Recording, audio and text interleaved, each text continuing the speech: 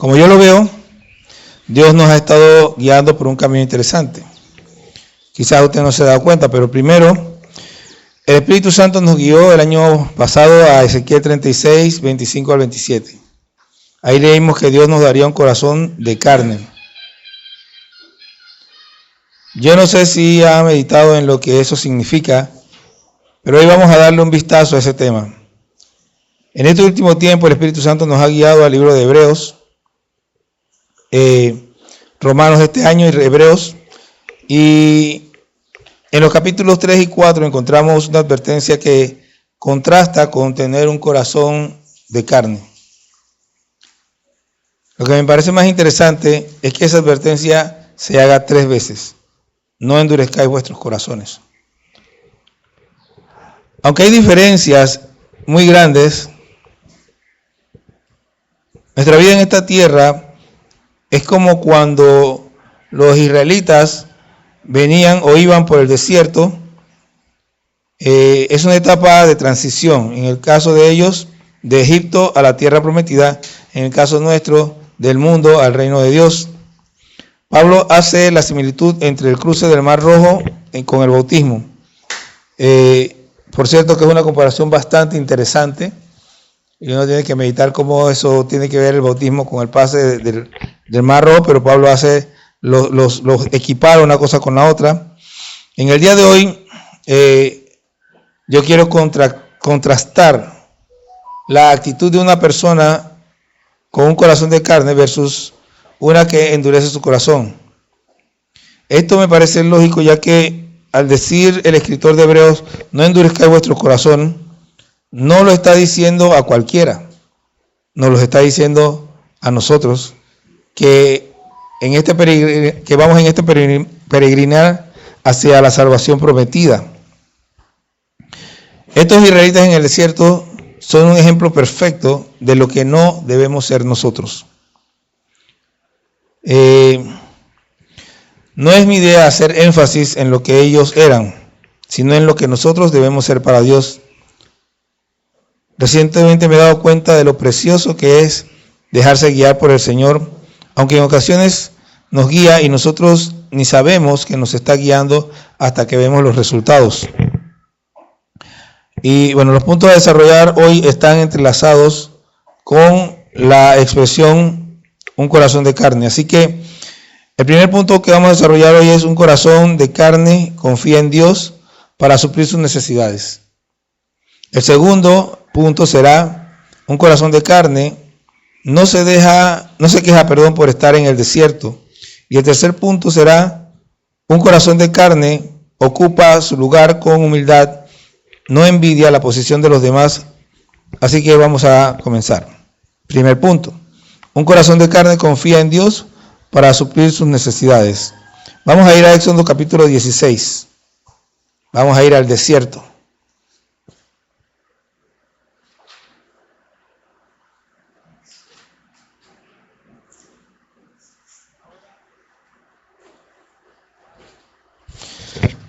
Cuando confiamos que aún en medio del desierto, más fuerte, más difícil, Dios nos provee el alimento.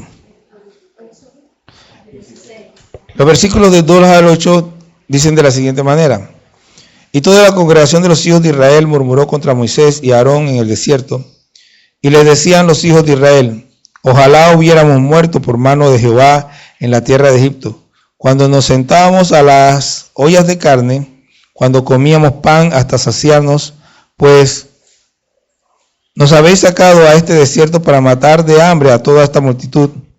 Y Jehová dijo a Moisés: he aquí, yo os haré llover pan del cielo, y el pueblo saldrá y recogerá diariamente la porción de un día, para que yo lo pruebe si anda en mi ley o no. Mas en el sexto día prepararán para guardar el doble de lo que suelen recoger cada día.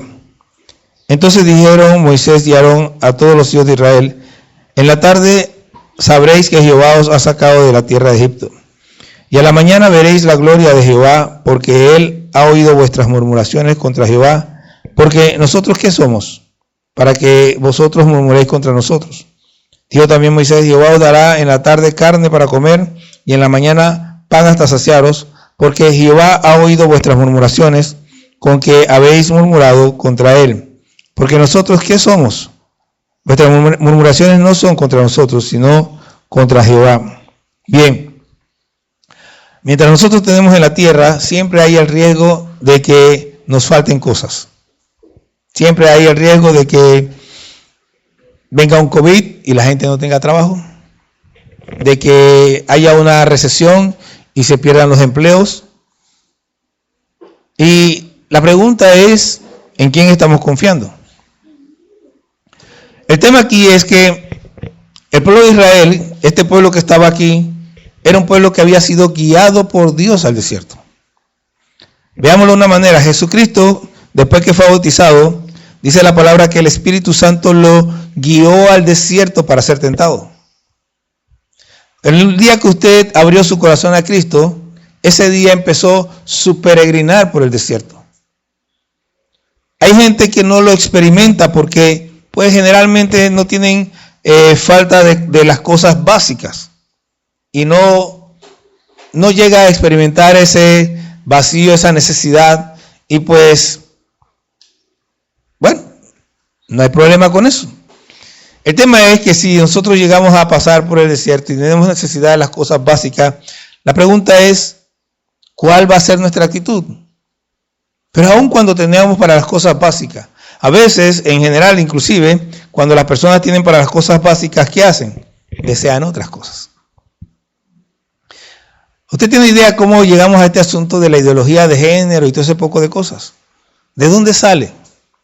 Sale de gente rica que ya piensan que todo lo tienen y se ponen deseosos a pensar cosas que no son y empiezan a inventar cosas que no tienen ningún sentido. Cuando la gente se siente saciada y tiene todo y siente que todo lo que quiere, entonces empieza a buscar otras cosas. Y ahí es donde está el problema. El problema está en que el centro de nuestra vida no sea Dios. De que Dios nos sacie nuestra hambre y nuestra sed. De que no sea Dios el que tengamos puesta la confianza para que supla el alimento. No tiene que ver con que seamos ricos o con que seamos pobres. Tiene que ver única y exclusivamente con en quién tenemos puesta nuestra confianza. Cuando caminamos por el desierto, ¿quién es el que nos guía? Este pueblo estaba siendo guiado por Dios por medio de Moisés, pero ellos no podían ver a Dios, no podían ver, si solo veían a Moisés y no veían a Dios. Entonces venían a Moisés y se quejaban, pero Moisés no estaba haciendo lo que le daba la gana, él estaba haciendo lo que Dios le había dicho que hicieran. Por lo tanto, lo que Moisés decía era lo que Dios decía. Al quejarse con Moisés, se estaban quejando con Dios, porque no tenían la mirada puesta en Dios. El corazón, cuando nosotros no tenemos la mirada puesta en Dios, nuestro corazón se endurece, se hace insensible. No podemos ver, no podemos captar lo que Dios está haciendo. Dios está trabajando siempre a nuestro lado, siempre está haciendo cosas, pero como nosotros no tenemos el corazón endurecido, no podemos ver lo que Él está haciendo. Necesitamos que Dios nos dé ese corazón de carne, que sea sensible, que pueda ver, que pueda darse cuenta y que pueda confiar, que aunque no vea, sepa que el que está guiando su vida es Dios. Cuando nosotros estamos confiando en Dios, nosotros simple y sencillamente obedecemos sus instrucciones y dejamos que los resultados queden en manos de Dios. Mire, el versículo 19 dice: y les dijo Moisés, ninguno deje nada de ello para mañana. Mas ellos no obedecieron a Moisés, sino que algunos dejaron de ello para otro día, y crió gusanos y hirió, y se enojó contra ellos Moisés. Versículo 27. Y aconteció que algunos del pueblo salieron el séptimo día a recoger y no hallaron. Dios les dijo a ellos: recojan solamente la porción de ese día. Pero algunos no confiaban en Dios. No era que no confiaban en Moisés, no confiaban en Dios. Y como no confiaban en Dios, recogieron para 2 días y se les pudrió. Ahora Dios les dijo: el sexto día recojan para 2 días. Pero algunos no le creyeron a Dios y el séptimo día salieron a buscar cuando Dios dijo que no iba a dar. Nosotros tenemos que sensibilizar nuestro corazón a lo que Dios está diciendo, hacia dónde Dios nos está llevando y decir Dios sí, y creerle a Dios, y caminar y hacer las cosas como Dios manda y no como nosotros queremos o creemos que debe hacerse. Cuando nosotros confiamos en Dios, sabemos que Él es el que sacia nuestra sed. Éxodo 17, del 1 al 3 dice, toda la congregación de los hijos de Israel partió del desierto de Sin por sus jornadas conforme al mandamiento de Jehová y acamparon en Refidín y no había agua para que el pueblo bebiese. Y altercó el pueblo con Moisés y dijeron, danos agua para que bebamos. Y Moisés le dijo, ¿por qué altercáis conmigo? ¿Por qué tentáis a Jehová? El cuerpo humano tiene 3 necesidades básicas. 3. La primera es el alimento. Si usted no come, bueno, he escuchado que hay gente que ha durado hasta 100 días, pero usted se va a morir, punto. Sean 100 días, sean 20, sean 200, usted se va a morir. Si usted no bebe agua, se va a morir más rápido todavía, porque podemos vivir un cierto tiempo sin comer, pero sin agua es mucho menos tiempo el que podemos vivir. Y si no tiene oxígeno, pues no hablemos. Simple y sencillamente no va a durar ni media hora, ni 15 minutos. Simplemente se va a morir. Ahora, ¿en quién confía usted para suplir sus necesidades básicas? Mírenlo, la más importante, la más necesaria, es una necesidad por la que usted no tiene que pagar. El aire está en todas partes. Y solamente se la venden cuando usted se enferma. ¿Y cuándo se enferma? Cuando no cuida su cuerpo. Qué descarado el hombre de vender lo que Dios da gratis, ¿no? Pero lo que pasa es que cuando te la venden, no es simplemente el aire que respira, no es el aire que está ahí. El hombre tiene que hacer una serie de cosas para poder que ese aire te llegue a ti. Es como el agua. Dicen, el agua es una necesidad básica, sí. Y el agua es gratis, sí, pero cuando tú la vas a buscar allá a la quebrada, cuando la vas a buscar al río, pero cuando te la traen a tu casa, tienes que pagar. Porque te la están trayendo a tu casa. Yo oigo a gente reclamar como si el agua tiene que llegar a mi casa gratis y la tubería esa, ¿quién la paga? Y el cloro que le echan al agua, ¿quién lo paga? Y el mantenimiento del hombre que tiene que darle mantenimiento, ¿quién lo paga? No, señor, el agua que llega a tu casa no es gratis. El agua gratis, ¿quieres agua gratis? Vete ahí al río a buscarla. Vete al pocito a buscarla. Pero la que llega a tu casa no es gratis. De hecho, nosotros tenemos agua de pozo allá en Chiriquí. Y podemos pensar que el agua es gratis, pero mi mamá le pagó al hombre que cavó el pozo. Y no solamente eso, por años mi mamá pagaba para que achicaran el pozo. O sea que, aunque ahora sentamos que es gratis, no es gratis. Y ahora mismo en la casa hay una bomba que coge luz que tenemos que pagar cuando ponemos el agua. El agua que llega a mi casa no es gratis, nunca. Entonces, Dios nos provee todas estas cosas. Y cuando nosotros confiamos en Dios, nosotros vamos a hablar del agua que no es gratis. Dios te va a dar el dinero para pagar el agua que no es gratis. Nosotros tenemos que saber algo. Dios tiene cuidado de nosotros. Ahora, el tema aquí es, y la pregunta realmente es, ¿quién está guiando tu vida? Porque ellos debieron haber confiado, porque Dios los había llevado a ese lugar. Así que como Dios los llevó a ese lugar, Dios era responsable de ellos. ¿Se da cuenta? La pregunta es si usted está en el lugar que Dios quiere, donde Dios lo ha puesto, o está en el lugar donde usted quiere estar. Porque si usted está en el lugar donde usted quiere estar, no quiere decirle a Dios que Él tiene la responsabilidad de cuidar de usted donde usted se metió. Pero si usted está dejando que Dios guíe su vida y está en el lugar donde Dios lo ha querido poner, entonces Dios es responsable de cuidar de usted.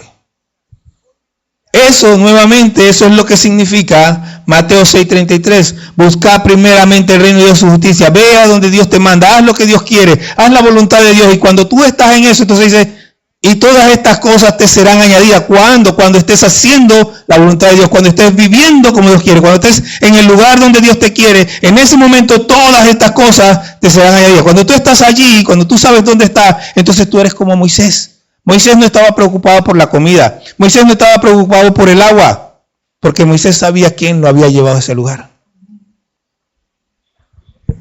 Tenemos que tener un corazón sensible y darnos cuenta que el que guía nuestra vida, o dejar que sea Dios el que guíe nuestra vida. Ahora, un corazón de carne no se queja por estar en el desierto. Vamos a Números capítulo 11.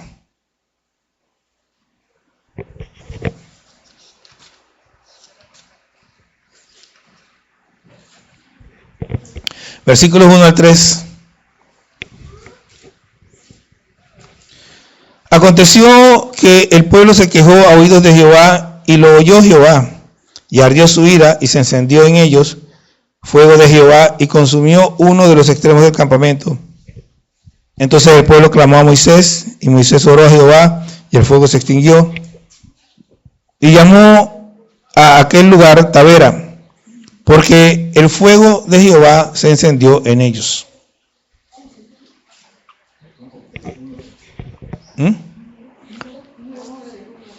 11 del 1 al 3. Mire, si usted le da un golpe con un martillo en un dedo, o usted se lo da a cualquiera de las dos situaciones que sea, lo menos que hace es gritar. ¿Sí? ¿Sí?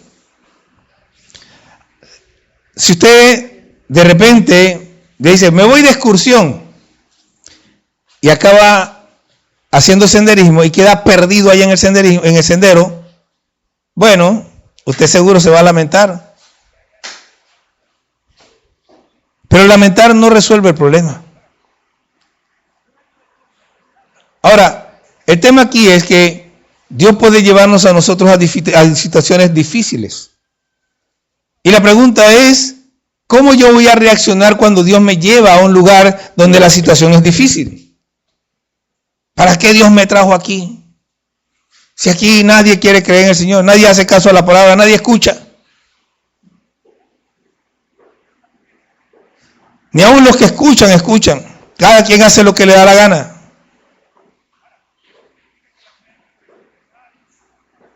Oh, Señor, aquí estamos. Toca el corazón, transforma las vidas. Tú me trajiste aquí, tú resuelves. Yo estoy aquí para hacer tu voluntad. El desierto no es solamente estar en Sarigua o en el Sahara. En nuestra vida muchas veces estamos en desiertos. ¿Qué pasa en el desierto? El desierto es poco productivo. El desierto no es improductivo. ¿Ok? No hay ningún lugar en el planeta que no sea productivo. En el desierto no solamente crece el cactus, crecen muchas otras plantas y hay muchos animales. Por lo tanto, no es que no sea productivo, es menos productivo y de hecho no lo es para nosotros porque no produce las cosas que nosotros realmente comeríamos. Pero, por ejemplo, el que ve películas, sobre todo viejas, ha visto o oído que algunos en el desierto, cuando no tienen agua, buscan un cactus, lo cortan y el cactus tiene agua. ¿Ok? Entonces, el desierto no es realmente improductivo, pero es muy difícil. Es un área muy, muy difícil. Y Dios hace producir la tierra más difícil. Pero nosotros tenemos que creerle a Él. No quejarnos, sino buscarle constantemente, consecuentemente, una y otra vez. Yo me acuerdo la oración de Nehemías. La oración que tu siervo y que tus siervos hacen de día y de noche. O sea, todos los días, de día y de noche, venimos a ti con lo mismo por 4 meses. Cualquiera se cansa, pero no, Nehemías siguió hasta que encontró su respuesta. Daniel, por 3 semanas, 21 días orando hasta que llegó la respuesta. Nosotros no podemos cansarnos ni desanimarnos, sino que tenemos que seguir adelante. En medio de la dificultad, en medio del desierto, en medio de lo que parece que no es productivo, nosotros tenemos que seguir adelante. Un corazón de carne no se queja, sino que confía. Un corazón de carne no se deja llevar por las quejas de los que no confían en Dios. Mira el versículo 4, dice, y la gente extranjera que se mezcló con ellos tuvo un vivo deseo, y los hijos de Israel también volvieron a llorar y dijeron, ¿quién nos diera a comer carne? Permítame tratar de explicar algo aquí. Amén. Usted ve que en todas las iglesias hay gente que usted se pregunta, ¿qué hace ahí? Bueno, esa gente que está ahí, algunos que parecen creyentes, otros que uno sabe que no son creyentes, toda esa gente que está ahí está para probarlo a usted. Está para ver si usted confía en Dios. Hay gente que parece que son de ahí, parecen que son creyentes, pero cuando usted lo oye hablando, las cosas que dicen, cuando lo sacan a usted de su centralidad, cuando usted realmente está haciendo las cosas bien y de repente viene uno y empieza a decirle cosas que parecen buenas, Dios te está probando. Y Dios permitió que un grupo de egipcios se mezclara con los israelitas, y cuando estaban en el desierto, ellos empezaron a quejarse, ay, y cuando teníamos allá, ¿ustedes se acuerdan lo que leímos hace un rato? Nos acordamos de los puerros. Esos no eran los israelitas. Los israelitas de los que estaban allá eran esclavos, pero los que estaban ahí, que eran de Egipto, esos no eran esclavos. Eso era lo que comían en abundancia y se empezaron a quejar. Y los israelitas oyeron lo que decían esto, otro, y empezaron a decir lo mismo. Y así mismo pasa en la iglesia. Porque que no pasa nada, porque no sucede nada, porque y entonces, ¿de quién es la culpa? Yo siempre digo que es mía.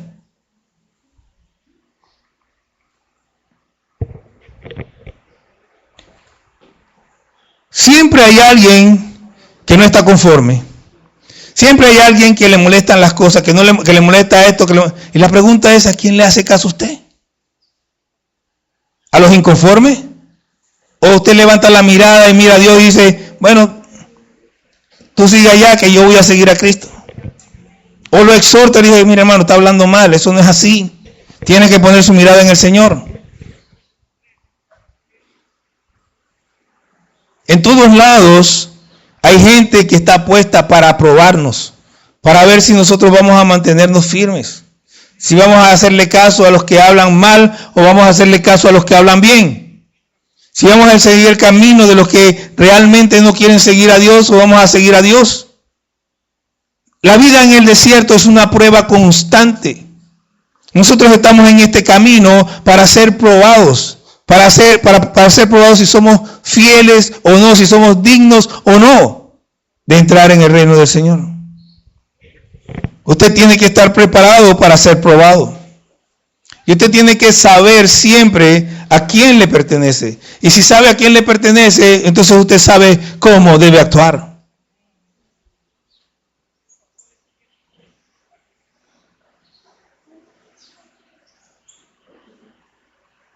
Un corazón de carne no anhela nada de lo que dejó atrás. Dice que lloraron y dijeron, ¿quién nos diera a comer carne? Nos acordamos del pescado que comíamos en Egipto de balde. Oh, sí. De los pepinos, los melones, los puerros, las cebollas y los ajos. Y ahora nuestra alma se seca, pues nada sino este maná ven nuestros ojos. Hermano, usted salió ya del mundo. Deje de estar anhelando las cosas del mundo. Olvídese de lo que era antes y empiece a mirar hacia adelante a lo que Dios ha puesto más adelante. Dios lo sacó de ese lugar no para que usted su mente siga en ese lugar. Los israelitas siguieron con su mente en Egipto, aunque su cuerpo estaba en el desierto. El problema era que en vez de tener su mente en el Señor, la tenía en Egipto. Ni siquiera debían tenerla en el desierto, sino en el Señor.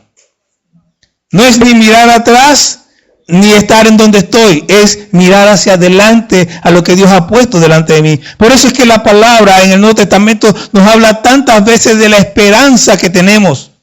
Lo llama una esperanza viva, una esperanza bienaventurada, porque es hacia allá donde tenemos que ir. Si yo estoy esperando algo, no estoy pensando en lo que está atrás, estoy pensando en lo que viene, lo que yo estoy esperando, en lo que es mi esperanza. Allá tenemos que estar pensando nosotros, allá tenemos que estar mirando nosotros. No como los israelitas que se volvieron en su mente atrás al desierto, a Egipto, que si comíamos, que si no sé qué, y el palo que te daban. No entendían ni valoraban la libertad que el Señor le había dado. Un corazón de carne valora la provisión de Dios.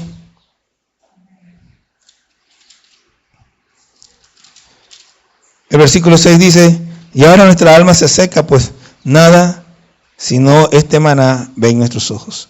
Y aquí la gran mayoría de nosotros tiene un problema. Porque ¿cuántos pasarían, y se las voy a poner fácil, cuántos pasarían 3 meses comiendo solamente pollo sin quejarse? ¿Cuántos pasarían 6 meses comiendo solamente pollo o carne o lo que sea sin quejarse? Sin decir, ay, pero es que solamente viste de cinta. Yo quiero ahora lomo o lengua o qué pasó con la pechuga, no hay pechuga, solamente la patita. No podemos comer otra cosa, nada más que patita.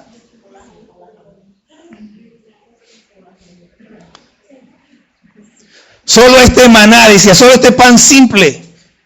Lo que el Señor te da es lo mejor. No hay nada mejor que lo que Dios te suple, que lo que Dios te da. Tienes que aprender a valorar lo que Dios está haciendo en tu vida. Tienes que entender que Dios no te saca al desierto para destruirte, sino para fortalecerte. Déjeme explicarle un poquito esto, porque la Biblia dice que cuando los israelitas salieron de Egipto, Dios no los mandó por el camino directo. ¿Saben por qué no los mandó por el camino directo? Porque dice que si iban por el camino directo, se iban a encontrar con los filisteos. Y los filisteos eran gente de guerra. Y ellos se iban a desanimar y iban a echar para atrás. Así que Dios les hizo dar la vuelta. ¿Para qué? Para trabajar con ellos y prepararlos para que cuando llegaran a la tierra prometida estuvieran listos para la batalla. Porque los que salieron de Egipto eran esclavos y necesitaban experimentar la libertad por un tiempo para poder valorarla. Pero ellos no la valoraron. Lo que tú estás pasando ahora es una preparación de Dios. Mire, y aquí usted puede decir, me equivoco, no hay problema, porque la verdad es que nadie sabe. Pero yo escucho a la gente hablando, ay, el cielo tan lindo. Sí, el cielo es lindo. Y que allá algunos piensan que van a estar todo el tiempo levantando las manos y adorando a Dios. Yo no sé qué Dios usted tiene. Pero mi Dios no es vanidoso, tampoco es egocéntrico. Él es digno de alabanza y digno de adoración. Pero los ángeles no están todo el tiempo levantando las manos allá. Ellos tienen que venir a la tierra a hacer trabajo. Ellos tienen que hacer otras cosas, porque nadie está de balde en el reino de los cielos. Nosotros no estamos preparándonos allá para ir a acostarnos y pasarla bien en una hamaca. ¿O usted cree que las cosas, dificultades que pasamos aquí, Dios nos está haciendo pasar por todas estas dificultades para que lleguemos allá a tirarnos? No, cuando usted está en una preparación, está en preparación para la guerra, para que cuando llegue la guerra usted pueda batallar. ¿O no oyó lo que dijo Jesús? Dice que cuando nosotros vamos a estar allá, vamos a ser como los ángeles de Dios. ¿Y qué? ¿Los ángeles de Dios están durmiendo? Están todo el tiempo, ay Señor, te alabo, no sé qué. No, están cumpliendo la voluntad de Dios. Para eso nos estamos preparando, para ir allá a cumplir, a seguir cumpliendo la voluntad de Dios. ¿Qué sigue después? Yo no lo sé. Pero Dios no está preparándonos para que vayamos a dormir la siesta, para que estemos en una hamaca, para que pasemos todo el domingo como si fuera todo un domingo en el templo cantando coritos y estudiando la palabra. Cuando llegamos allá, eso se acabó. Porque ¿sabe qué? Nosotros tenemos que llegar allá con la palabra en nuestro corazón y escrita en nuestra mente. ¿O no ve que la Biblia dice que cuando llegue aquel momento, nadie preguntará, ¿conoce al Señor? Porque todos le conocerán. Eso no va a ocurrir aquí en la tierra.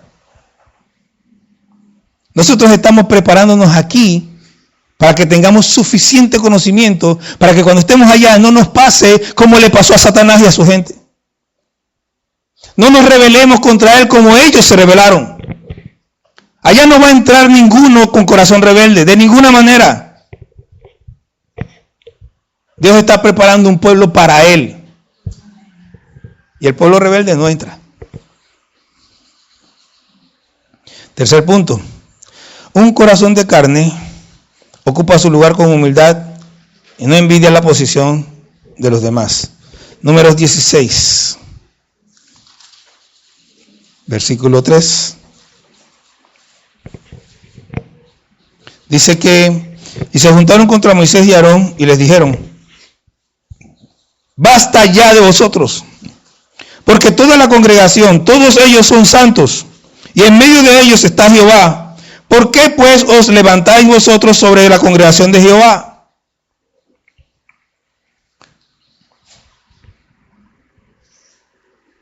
Hermanos, esto es hasta ridículo. Porque ninguno de esos que ellos mencionan, ni ellos, ni los que mencionan, ninguno de ellos estuvo al frente para sacarlos de Egipto. Dios no utilizó a ninguno de ellos para hacer milagros en Egipto. Dios no los utilizó a ellos para sacar agua de la roca y no habló a través de ellos para traer el maná y las codornices. Es ridículo preguntar quién nos puso. Los puso Jehová, eso está claro. Nosotros tenemos que aprender a reconocer la autoridad que Dios da. Y quiero hacerles una separación porque como estamos en los tiempos que estamos, estas cosas se tienen que explicar. Cuando usted tiene un líder, un pastor, profeta, apóstol, el nombre que quiera llevar, que se enaltece, que él busca que le den, que lo cuiden, que le alaben, que le llamen pastor, que lo llamen, usted salga huyendo. Porque el hecho de que, por ejemplo, yo esté aquí, no me hace más que nadie. Y si alguno de ustedes me mira con demasiada reverencia, ustedes van a recibir un regaño mío. Primero, porque yo no les he enseñado eso. Y segundo, porque les he enseñado todo lo contrario, porque la palabra nos enseña que todos nosotros somos hermanos. Que no hay diferencia, que no hay ninguno más alto, que no hay papa, ni cardenal, ni nada de esa cosa. Que los pastores no somos reyes, ni nada por el estilo. Que no somos el papá de nadie, ni el ¿cómo se llama esa cosa? Ni el patriarca, ni nada de esas cosas. Simple y sencillamente somos una oveja más, un hermano más, que simplemente tiene la responsabilidad sobre la casa del Señor. Lo único que tenemos más los pastores es responsabilidad. Porque la Biblia dice que nosotros tenemos que interceder por ustedes como quien cuida, como quien tiene responsabilidad, y Dios realmente nos va a demandar.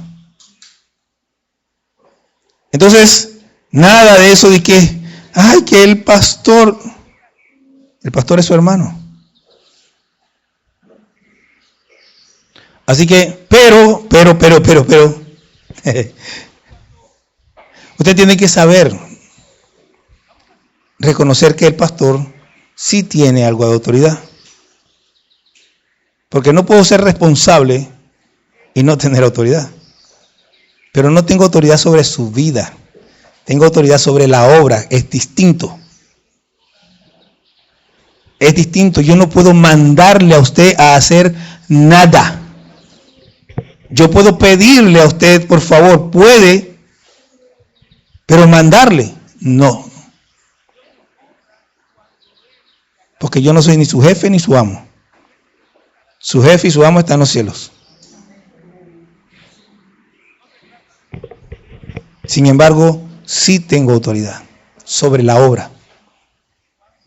Para decidir al final qué se hace y qué no se hace. No para imponerlo, sino para decidirlo. Porque si la iglesia en pleno dice, no, pastor, no lo hagamos, yo no voy a pelear con ustedes. En ese momento yo voy delante de Dios y Dios va a decidir si está con ustedes o conmigo. Y si Él está conmigo, ustedes se van a dar cuenta. Si está con ustedes, pues no va a pasar nada. Porque yo no voy a imponer nada. Nosotros tenemos que tener esas cosas bien claras.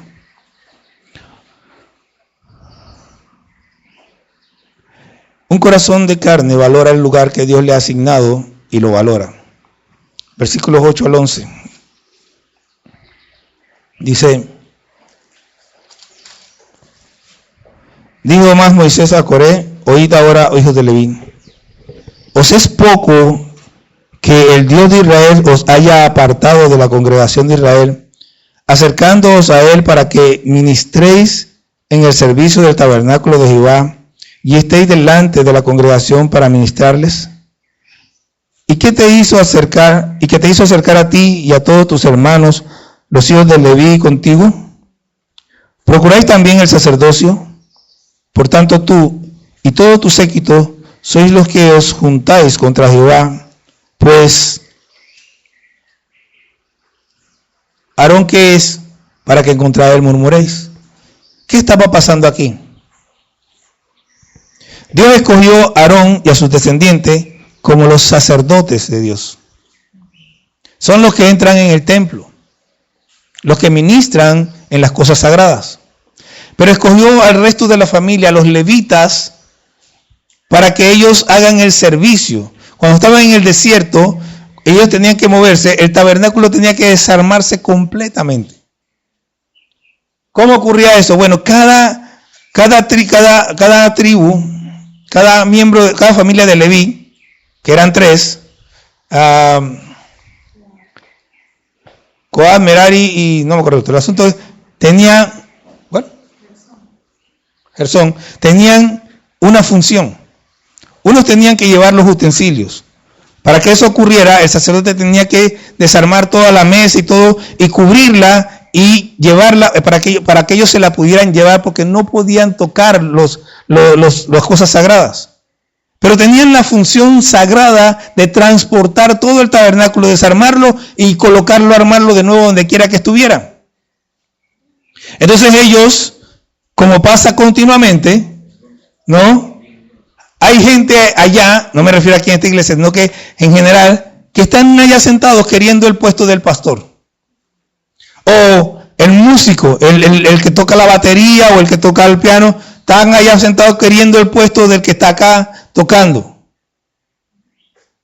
Y bueno, a él le toca ser suplente, pues. A él no le toca el domingo, sino que le toca el martes, o el miércoles, o el jueves. Pero nosotros tenemos la tendencia que todos los jerarquizamos. El domingo es el gran día. Los que tocan el domingo son los mejores. Sí, ¿verdad? El que predica el domingo es yo quiero predicar el domingo. Ocúpate de hacer lo que Dios te dio. Confórmate, quédate tranquilo allí. Cuando Dios te quiera levantar, Él te levanta. Él te va a colocar en el lugar que quiere. No tienes que estar peleando o queriendo lo que Dios no te ha dado. El problema de esta gente que estaba pidiendo algo que Dios no le había dado a ellos, sino que se lo había dado a otro. Estaban envidiando lo que otro tenía. Y nosotros tenemos que tener cuidado con la envidia. La envidia es terrible. Tiene que saber lo que Dios le ha dado, a dónde Dios lo ha puesto, y sea feliz con lo que Dios le dio. No es malo anhelar más, lo malo es envidiar lo que tiene otro.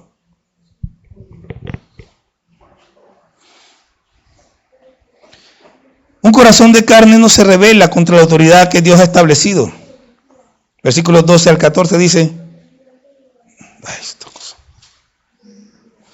y envió a Moisés a llamar a Datán y a Abirán, hijos de Eliab, mas ellos respondieron: no iremos allá. Es poco que nos hayas hecho venir de una tierra que destila leche y miel para hacernos morir en el desierto, sino que también te enseñorees de nosotros imperiosamente. Ni tampoco nos has metido tú en tierra que fluya leche y miel, ni nos has dado heredades de tierras y viñas. Sacará los ojos de estos hombres, no subiremos. Mire, ellos sabían dos cosas. Primero, sabían que ellos no iban a entrar a la tierra prometida. Ellos lo sabían. Y sabían que la culpa de que no entraran a la tierra prometida era de ellos que no le creyeron a Dios. Era de ellos que se rebelaron contra Dios. Era de ellos que cuando Dios les dijo entren, no quisieron entrar. y que Dios ya les había dicho que iban a morir en el desierto por no creer.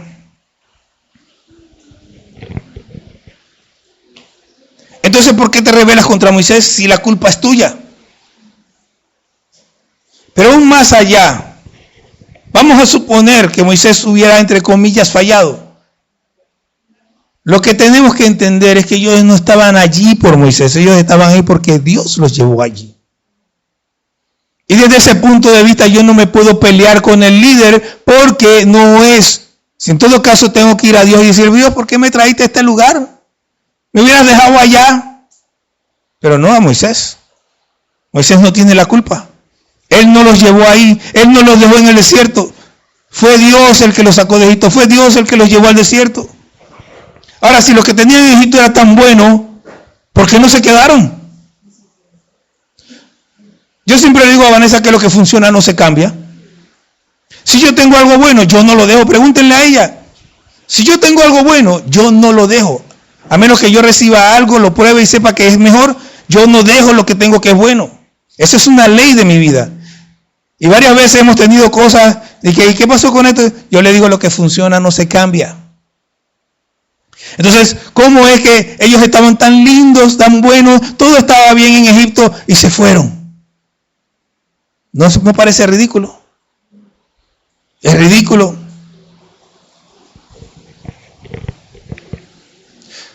Lo que Dios mostró en Egipto fue tan grande que muchos egipcios se fueron detrás de los israelitas. Porque Dios mostró que Él era mejor que lo que había en Egipto.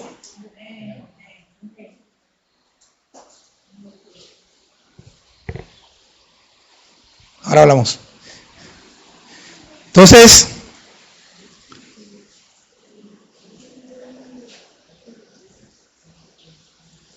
es ridículo que vengan ahora con que lo que estaba allá era muy bueno.